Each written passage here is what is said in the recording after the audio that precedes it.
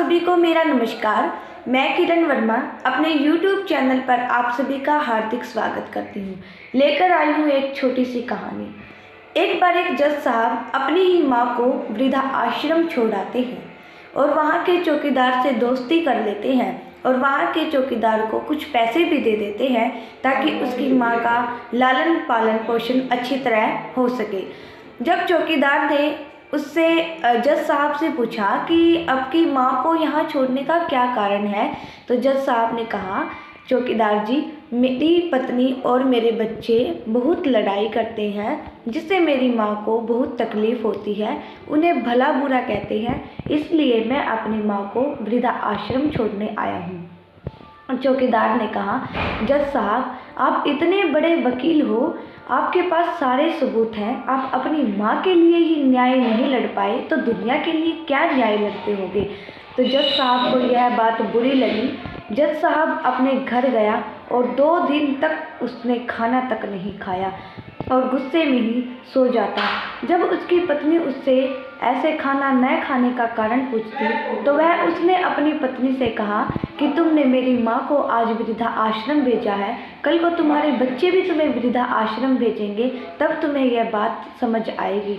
तो वह आधी रात में ही अपनी माँ के पास आश्रम में चला जाता है और चौकीदार देखकर हैरान हो जाता है कि जज साहब आधी रात को यहाँ आए हैं, शायद अपनी माँ को ही लेने आए होंगे। तो जैसे ही वो अपनी माँ के पास पहुँचते हैं तो उसकी माँ सो जाती है और उसके साथ सारी जो फ़ोटो होती है उसके परिवार की वो अपने पास लेकर सो जाती है। तो जज साहब यह देखकर कहते हैं कि माँ उठ जाओ, मैं तुम्हें लेने आया हूँ। तो माँ इतनी प्रसन्न होती है कि आज मेरा बेटा मुझे वापस लेने आया है, कल यह मुझे आश्रम में छोड़ने आया था। तो यह सब देखकर सारे बहुत हैरान हो जाते हैं।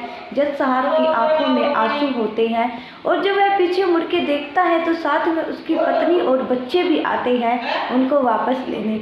जैसे ही वो अपने माँ को वापस लेने को कहते हैं तो वहाँ का चौकीदार कहता है, मैं इस माँ को आपके पास नहीं सौंप सकता क्योंकि क्या पता कल को तुम इस माँ को मार दो। तो जज साहब और उसकी पत्नी और उसके बच्चे रोने लगे। उसकी जज साहब की पत्नी बोली, नहीं चौकीदार जी, हम अपनी माँ को मारेंगे नहीं, अब इसकी सेवा करेंगे, इसको एक नया जीवन दान देने के लिए हम इधर आए हैं। वहाँ पर सारे बड़े हैरान हुए और वहाँ पर कई आंखें ऐसी थी जो यह सब देखकर रो रही थी।